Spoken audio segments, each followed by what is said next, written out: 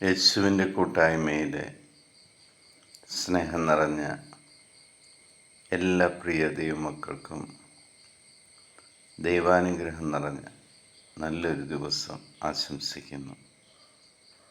ഇന്ന് നമ്മൾ ശ്രവിക്കുന്ന തിരുവചന ഭാഗം 1 സാമുവേലിൻ്റെ പുസ്തകം 12-ാം അധ്യായം 16-ാം തിരുവചനം.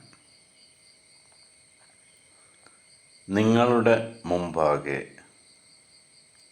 കർത്താവ് പ്രവർത്തിക്കാൻ പോകുന്ന ഈ മഹാകാര്യം കാണാൻ നിങ്ങൾ ശ്രദ്ധയോടെ കാത്തു നിൽക്കുവിൻ. ദൈവം ഇന്ന് നിങ്ങളുടെ ജീവിതത്തിൽ ഒരു പ്രധാന കാര്യം ചെയ്യുവാൻ ആഗ്രഹിക്കുന്നു. അതിനുവേണ്ടി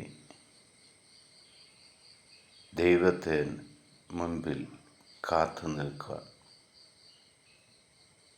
നിങ്ങൾ എന്താണോ ദൈവത്തോട് നിരന്തരം ചോദിച്ചുകൊണ്ടിരിക്കുന്നത്,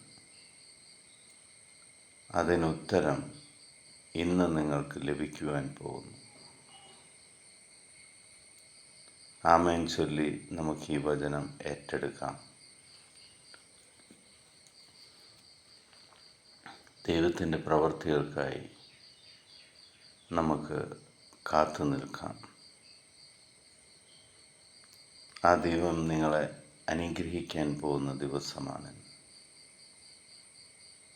നന്ദി നിറഞ്ഞ ഹൃദയത്തോടെ ആ ദൈവത്തോടൊപ്പമായിരിക്കാം.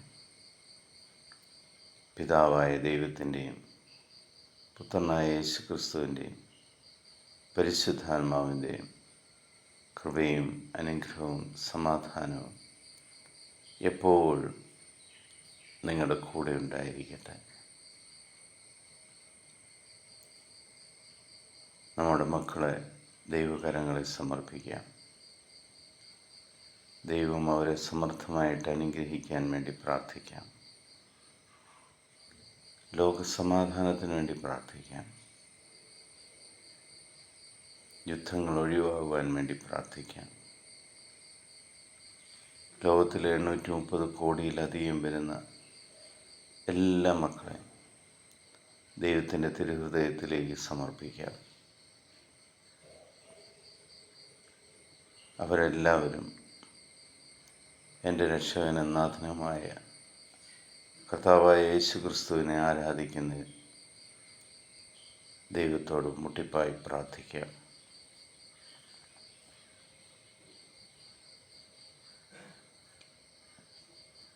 നിങ്ങളുടെ ആഗ്രഹങ്ങൾ ഇന്ന് ദൈവം സാധിച്ചു തരുന്നതിന് ദൈവത്തിന് നന്ദി പറയാം. എൻ്റെ കർത്താവും രക്ഷകനും നാഥനും ദൈവവുമായ ഏകകർത്താവും സർവസൈന്യാധിപനും സർവശക്തനുമായ കർത്താവായ യേശുക്രിസ്തുവിൻ്റെ സമാധാനം സന്തോഷത്തോടുകൂടി നിങ്ങൾക്ക് ഞാൻ പങ്കുവയ്ക്കുന്നു. ഈശോ മിശിഹായ്ക്ക് സ്തുതിയായിരിക്കട്ടെ.